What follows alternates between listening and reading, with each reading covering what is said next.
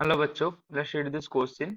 The value of energy for O2 molecule rigid rotating. तो question में बोला है कि जो वैल्यू ऑफ एनर्जी है O2 मॉलिक्यूल के लिए कितना है।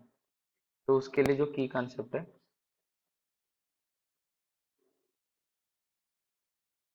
तो इधर जो टोटल एनर्जी की बात कर रहा है, तो इधर जो टोटल एनर्जी है वो काइनेटिक एनर्जी के बराबर है। यानी kinetic energy total energy, total average energy हमको फाइंड करना है।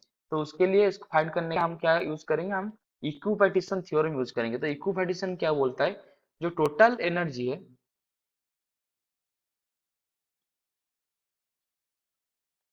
ये क्या होता है,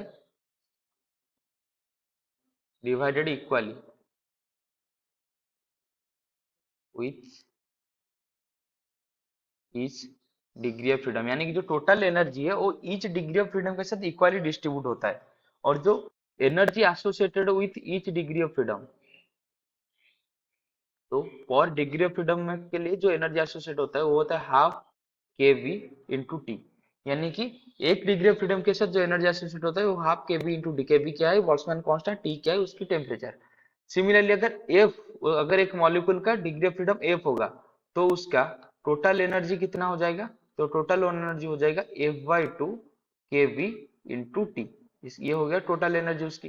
तो इधर हमको O2 की बात कर रहे हैं, तो O2 का डिग्री ऑफ फ्रीडम क्या होता है, तो जो degree of freedom of O2 ये कितना होता है, तो O2 एक डाई एटॉमिक मॉलिक्यूल है, तो उसका डिग्री ऑफ फ्रीडम 5 होगा। क्यों, क्योंकि उसका 3 ट्रांसलेशनल डिग्री ऑफ फ्रीडम और 2 रोटेशनल डिग्री ऑफ फ्रीडम, यानी कि total 5 number of degree of freedom होगा।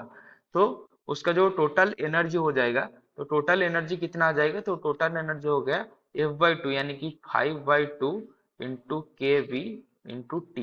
यानी कि जो U है वो है 5/2 के वी इंटू टी।